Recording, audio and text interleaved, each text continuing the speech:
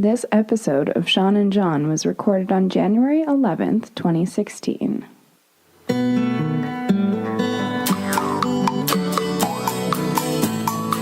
Recomendita la sepeldektentistoj anstataŭ manĝi vitron estas Sean and John kun Sean kaj Sean.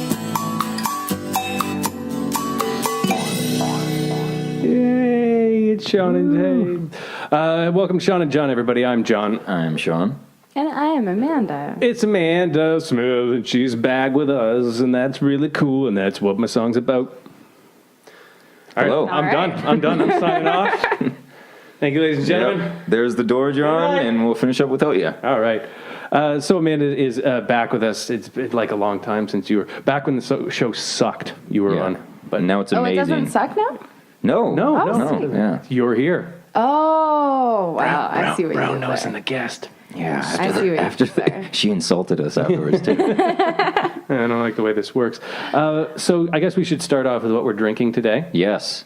So Amanda, I picked a beer that you actually despise. I don't know if despise is a strong enough word. No, I don't despise it. You had tears in your eyes. I would not have picked a winter ale.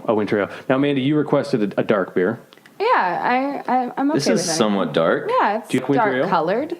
Yeah, I'm okay with it. It's got some vanilla aroma. Yeah, I couldn't drink, like if I got drunk one night on winter ale, I couldn't do it a second night.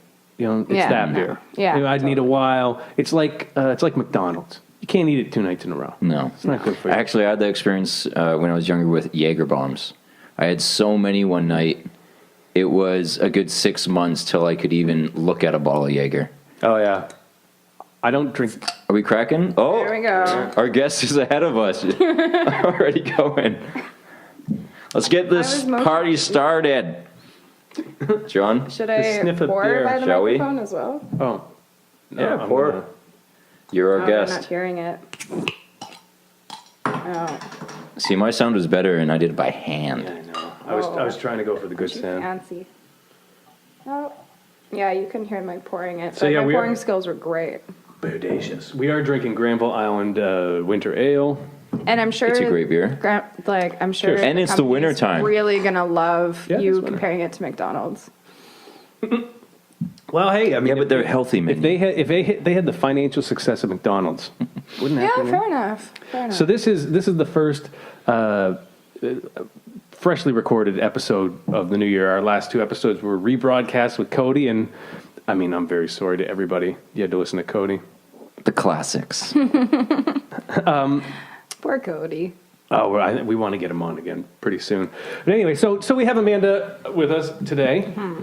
And so the way we kind of play this out is over the next 4 episodes. John has Already. Sorry, guys.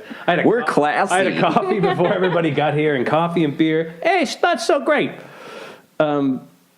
So we're going to do about 4 episodes here, and we want to do the first one is kind of talk to you about you and your experiences, because you are a... We're just going to keep feeding your Never ego. happens. People actually want to know about me. That's great. You are a stand-up comedian, correct? I am. All right. Kind of. Are you a stand-up citizen? Probably not. So I'm a stand-up kind of gal. I have a top hat and a pipe when I usually say that. Yeah. Hey, she's I good. hold the door open for old ladies sometimes. That's pretty stand-up. Yeah. You do stick your foot out, though, when you do that. Ooh, Only on Wednesdays. That's a little sit-down. That's kind of not stand-up. It's not sit-down. That's Yeah. kind of half a crouch. Yeah. Yeah, all right. All right. Which would be a great thing to do, is go up on stage when you're doing a stand-up bit and say, I'm not a stand-up comedian. I'm kind of a half-crouch, almost sitting comedian, and just like... You'd need wicked core muscles to do that for like a 15 And then just listen to the silence. Yeah, because I think a lot of people have done like something about that, like Corny jokes like that? They sit down Yeah, on a almost. stool and they're like, "I'm not a stand-up comedian. I'm a sit-down comedian." I saw, I went to an amateur night down at Laugh Lines in New West, and I saw a guy go on stage with a cardboard beer box on his head. And he, as soon as he I got on stage, probably made out with that guy. actually, yeah. I Oh, think Cardboard Joe. No. But he just lost the audience. Great. He didn't. Yeah. Before he even said his first joke, people just looked at him like, "You're an idiot," and he's like, "Okay, well, I guess I'm not doing that again." Right. I guess you gotta weed your crap jokes out somewhere. So, well, okay, before we get into comedy and how comedic it is, can we ask you questions about you? Because there's our hope on some level in this show. Actually, our hope is that we just kind of make some people laugh at dick and fart jokes. But if there was a greater, anybody have There's some intelligence to have a this. good dick or fart joke? I usually rely on you for that. My aunt has a great fart joke, and it is, yeah? why do farts smell? So deaf people can enjoy them too. That's an aunt joke. That's a joke from an aunt, told like at Thanksgiving dinner, and everybody goes, and Like ants drinking wine again. I'm really sorry. I should have left earlier when I was like, All right, "Thank you, I'm good night." I You actually gave you should that have. chance, I should have yeah. left. All right. Anyway, so ideally, somebody's listening to this show, going, "You know what? I'd like to be in comedy and stand-up comedy, but I don't know how to do it, and I'm just a schlub, and I can't do nothing about nobody." So ideally, you're. Burping already. This is Yeah. Oh, who is gross now? Who do you have to sleep with to get into the scene? Actually, the more people you sleep with, the harder it'll be for can you. imagine. So go. Let's go back here. Wheel back the wheels of time. If we had a time machine, we'd get in it. Where's you from? Where did you grow up? Where are you from? I grew up in Regina, Saskatchewan. And for all our non-Canadian listeners, Yeah, I hope. no, Warren she is didn't that say city. vagina. And yes, every Canadian's tired of that joke.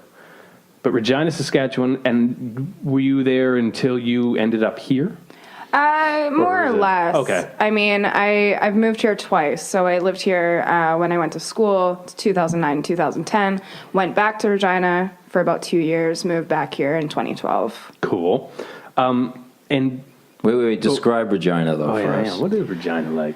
Regina is, I mean, it's a small town that thinks it's a big city is what I like pretty to good. think. Pretty good. But I mean, it's got a thriving art scene that's really like put up with a lot of stuff when it comes to like government cutting funding and stuff like that. There's the people that are there are really trying to make the place something, and then there's a lot of people that left and just kind of gave up or like, I'm gonna try somewhere else where it's easier to Like be you, in arts. 'cause you left, Yeah, right? I gave up. I was like, no, this is.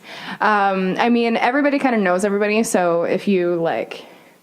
Everybody knows everybody in Regina. Well, for Isn't the Regina most supposed to be part. one of the bigger cities? It of is, the but I province? mean, if you have now in the Facebook world, like guaranteed, if you're in Regina, you look at somebody's feed, you can 6 out of 10 people on somebody's feed, you'll be like, yeah, I saw them at O'Hanlon's, or Okay. like if you're in the younger age group, like if you're 20 to 30, whatever, you're in the art scene at all, even a little bit, chances are you know most people. Is there a nickname for Regina? Like, Vancouver has Van City, or what's Winnipeg? Mm-hmm. But I just say that because I'm a Winnipeg. creep. Like most people don't know me either, but yeah.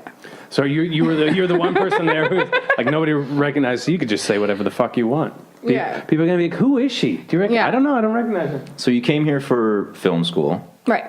You moved back. Mm-hmm. Why did you return to Vancouver? Well, I was working in film in Saskatchewan from basically when I graduated to 2012. They cut the film tax credit in Saskatchewan, and pretty much the industry collapsed there for a while. And even some of the production companies moved to other cities.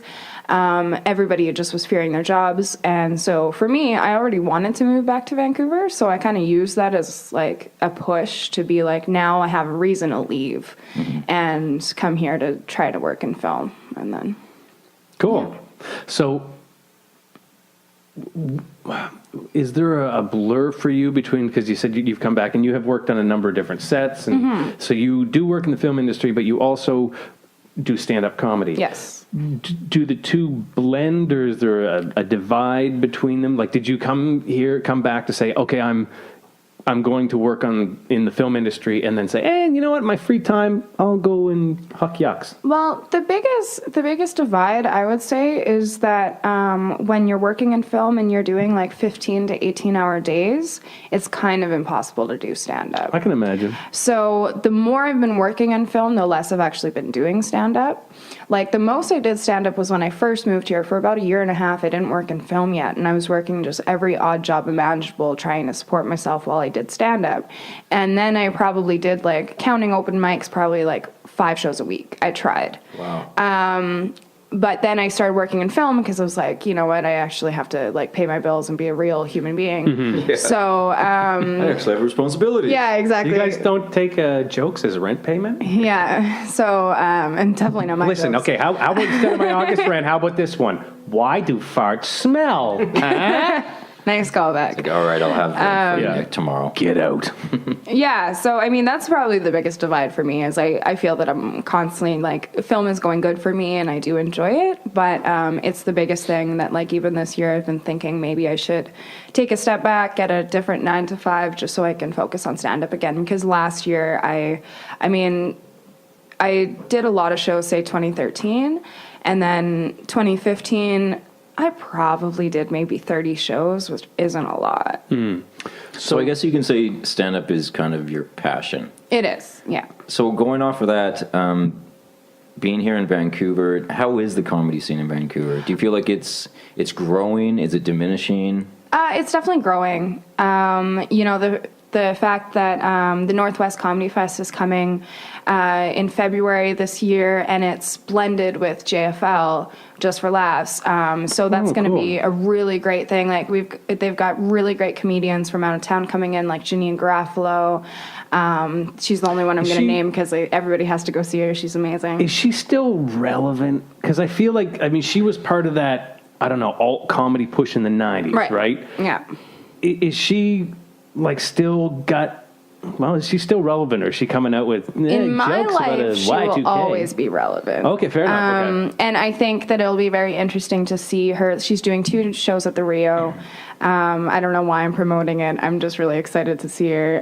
Well, let's give Janine Garofalo a shout out. What's the date of the show? Do you know? I think it's the 22nd and 23rd of February. 22nd, 23rd of February. Go to the Real Theater. I would much rather promote my friends' shows at JFL. Like a couple guys I know, Colin Sharp and James Kennedy are doing King Said Comedy. It's going to be part of the JFL Northwest. Okay. All right. I don't know what date that is, but you can look it up, King Said Comedy on Facebook. And but a lot of people that listen to this aren't even from Vancouver, are they? Most of the people... No, they're usually Chinese, and they don't speak Chinese English. dissidents. It's really weird. Yeah. They use it as torture music. Oh, great. No, actually, most of the people who listen to the show are predominantly from British Columbia, Right. and then Ontario, and then down into California, and then it's just a smattering. Like, we don't have a lot of listeners. A lot of gangbangers from California Oh, for some yeah? reason. Yeah. Teardrop tattoos all over the face. Oh, awesome. But for some reason, we're in like a lot of countries, but we're not big.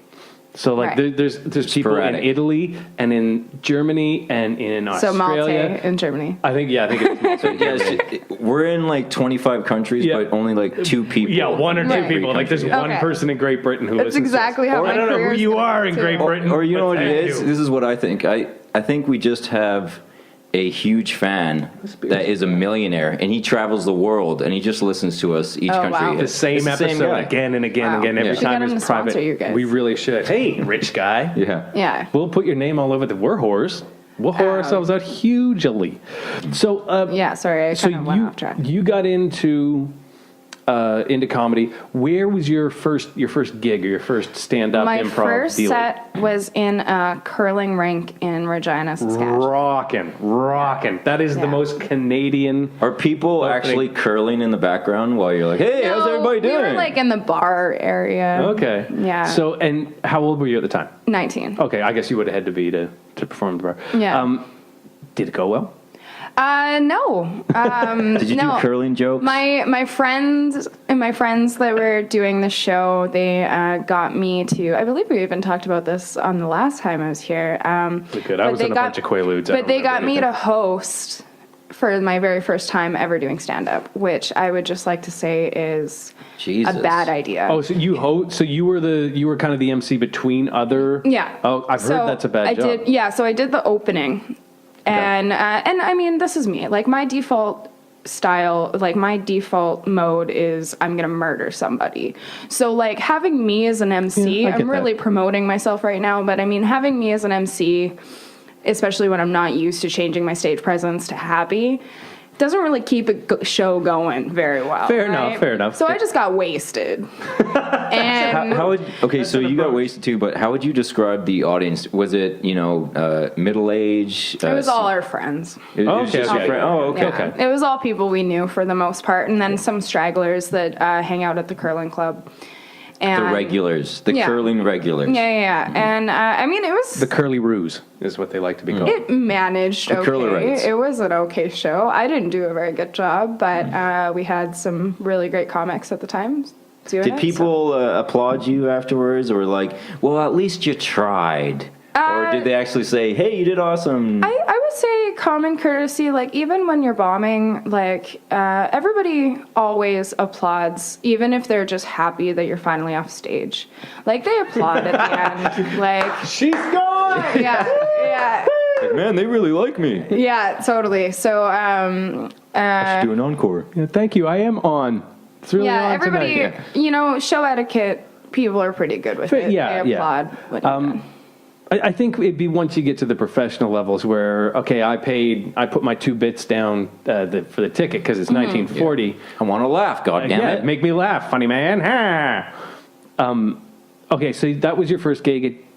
I guess you fell down, but you learned to pick yourself back up. Yeah. So was your second gig a bowling alley? I have done. In Regina, we were so sparse for venues that we definitely had a bowling alley show. Nice. And was it hard to tell jokes like over the strikes and the pins? Oh, of course. Could you even like time your? I would like try to time your joke to like finish it and do a ba-da-ba-ba-da-da-da and then a strike. Oh, that would be brilliant. That would be.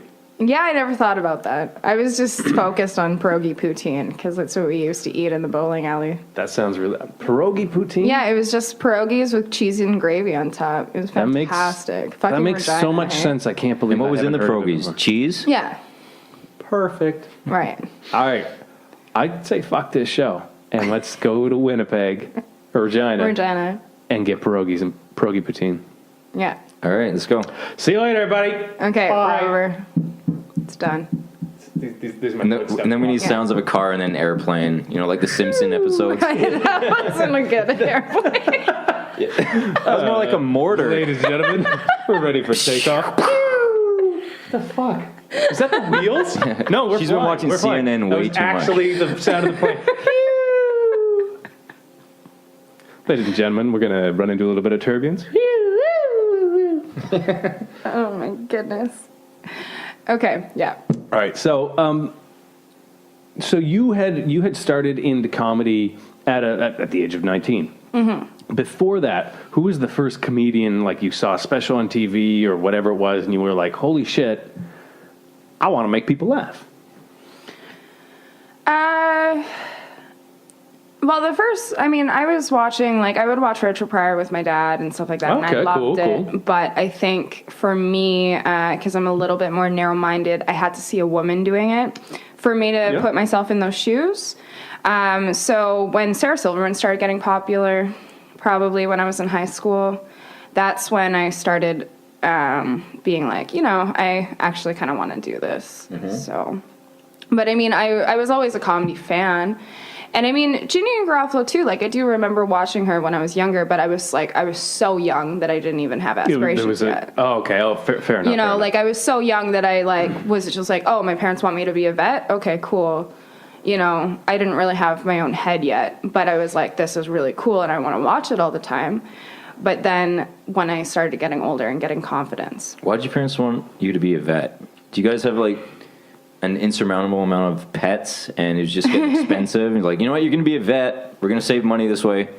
Yeah, I know. I don't know. My parents always thought that I would work with animals, and they thought I was a genius because they were delirious. And I think all parents think their kids. yeah, He's so smart. They wanted me to like be a doctor, but they thought vet would be good. I think every parent falls on that. It's either if she a kills doctor somebody, or it's lawyer. not manslaughter. Exactly. Yeah. Do you notice that though? What? Parents, especially old school parents, it's either a doctor or a lawyer. Mm-hmm. That's the go-to That's pretty much occupations.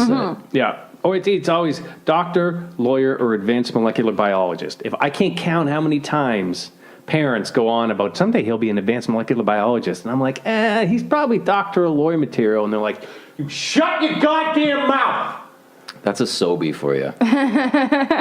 So I'm not allowed on the bus anymore. Anyway, Great.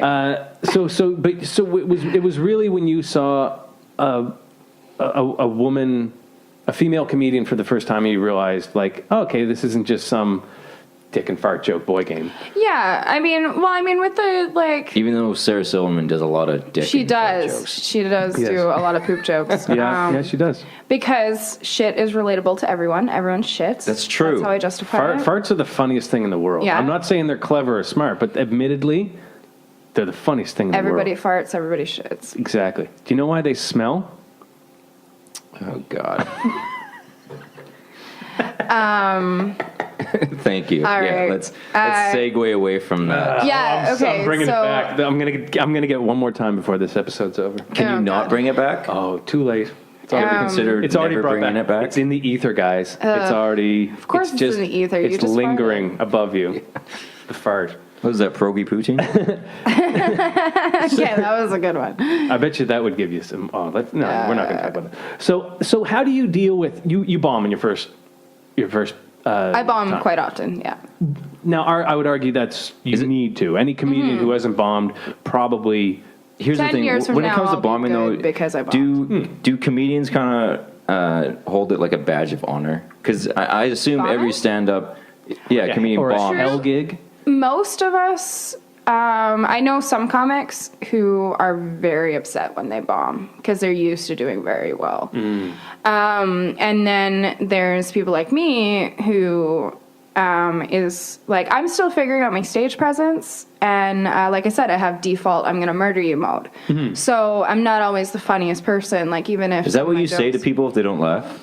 No, but that's just how my face That's your looks. default. I will murder you. Like I'm reading self-help books so I can be more positive about myself and not so like Is that you know your New 'cause Year's resolution? I guess so. I don't Non-murdering know. I had a ideas? few, but no, like I try to like I do a lot of self-deprecating material, and because I look like I'm miserable, it doesn't work very well, right?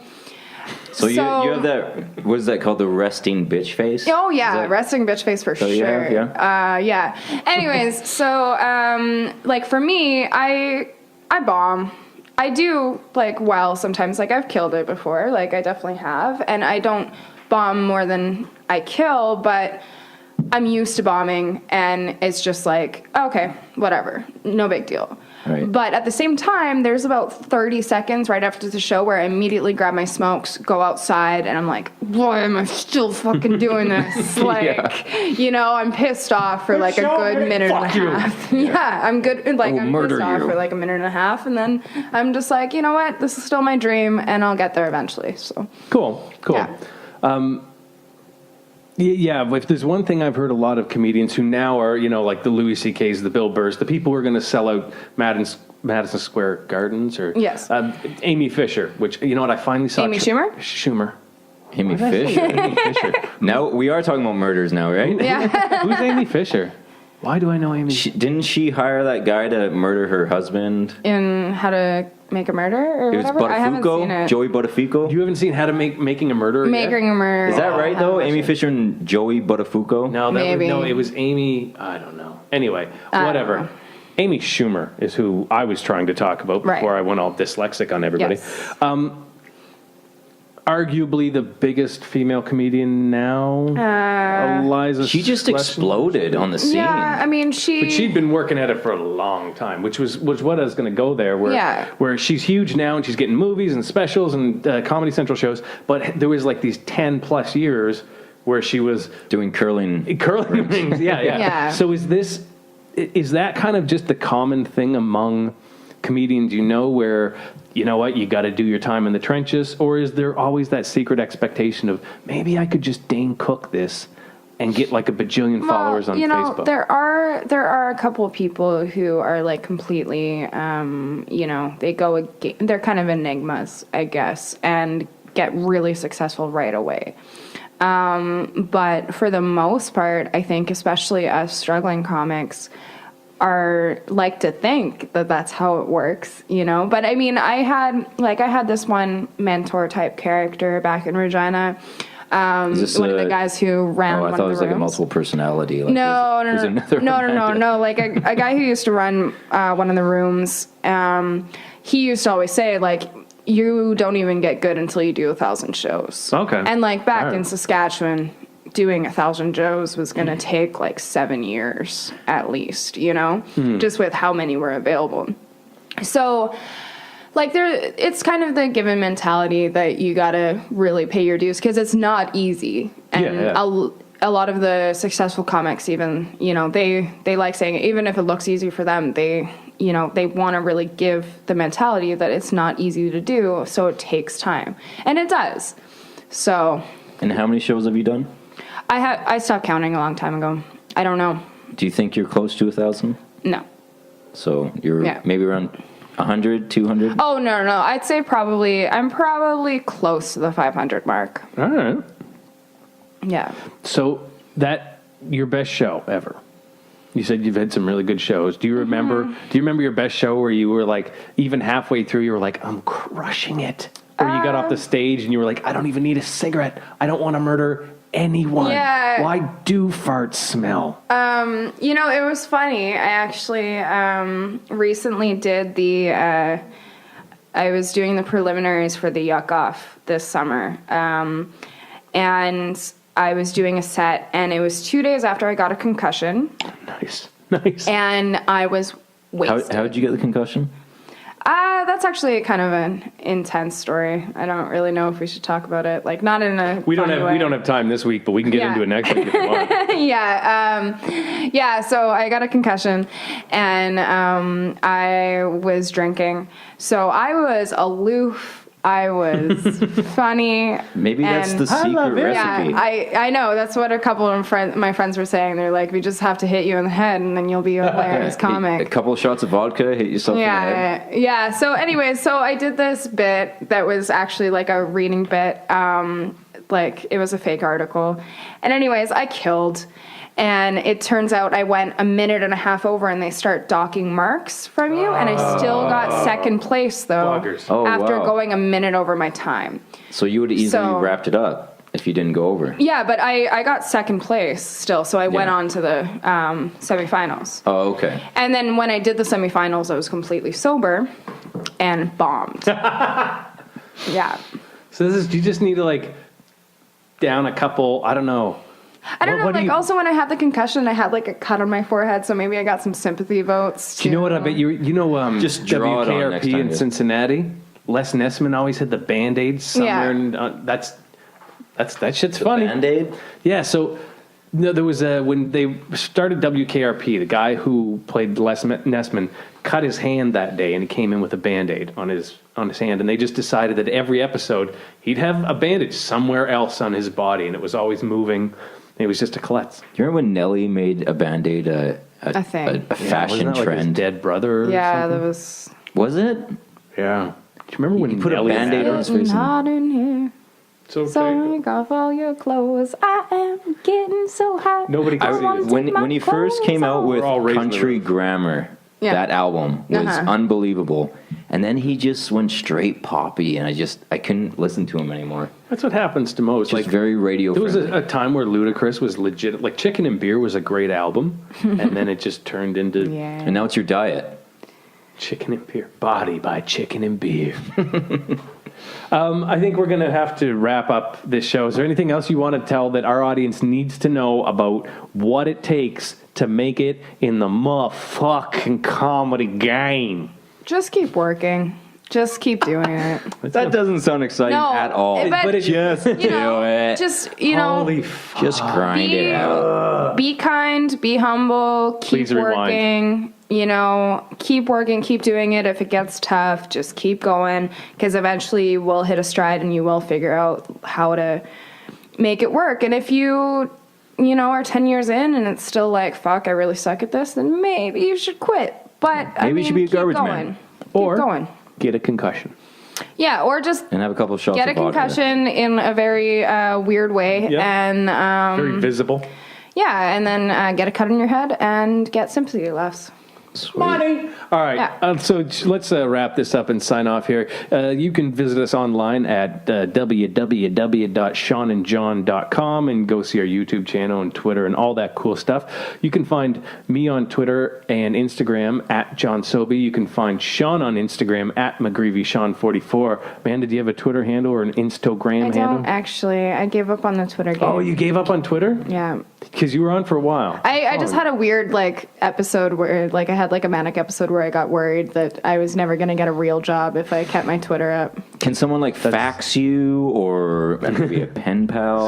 Smoke signals? I'll just give you my phone number. There we go. Actually, I don't even have a phone right now, so I'll just give you my mom's phone number. There you go. All right, everybody. So, do all that stuff and follow us online and go to the iTunes store and like this show. Just give a like. And just like it, even if you don't. Thing you can do to help it'll be us. more interesting on the next episode. Oh, this was fun stuff. But if you do like this show and you want to keep going, go to the iTunes store and rate and review us. And then and tell us Sean will give you a big wet kiss. And tell us if you want John to stop doing the fart joke.